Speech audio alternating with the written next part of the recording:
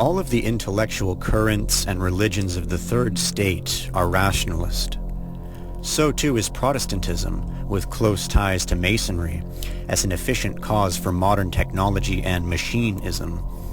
So too are philosophy and science. It is intended to have it be believed that the modern materialistic chemistry has its origins in alchemy, which would have been a naive and superstitious chemistry, a product of medieval ignorance.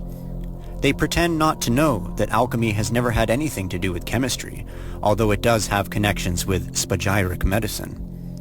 All values have been changed in the great crisis of the Kali Yuga. The initiatic knighthood of the warrior monks transforms into the professional armies, with officials and soldiers in service of nationalistic ambitions, at war against all. There is no longer a warrior initiation. It is all for the so-called human rights, the equality of all men, contrary to divine cosmic law of the origins. It is for democratization, atomization, opposite to the true spiritual hierarchic rights. To the German Masons, with great irony, Hiram, the builder of the Temple of Solomon, represents the people expelling King Solomon. It is the destruction of all transcendent authority come from on high. One must ask the following question. If this process of decomposition falls into the fatal sign of involution, why did the Templars, Rosicrucians, and Hitlerists believe they could stop it, turning back the currents of destiny?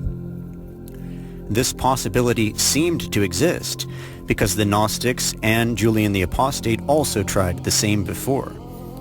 Entropy has its escape door in a higher energy, negentropy, that erupts from the unknown because we do not live in a hermetically sealed universe.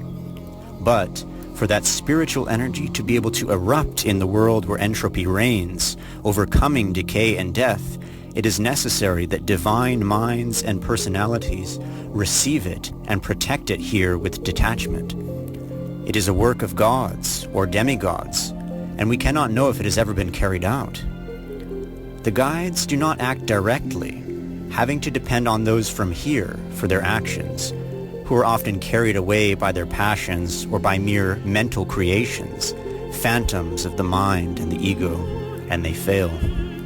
Moreover, the opposing forces have an almost total control of the levers of history.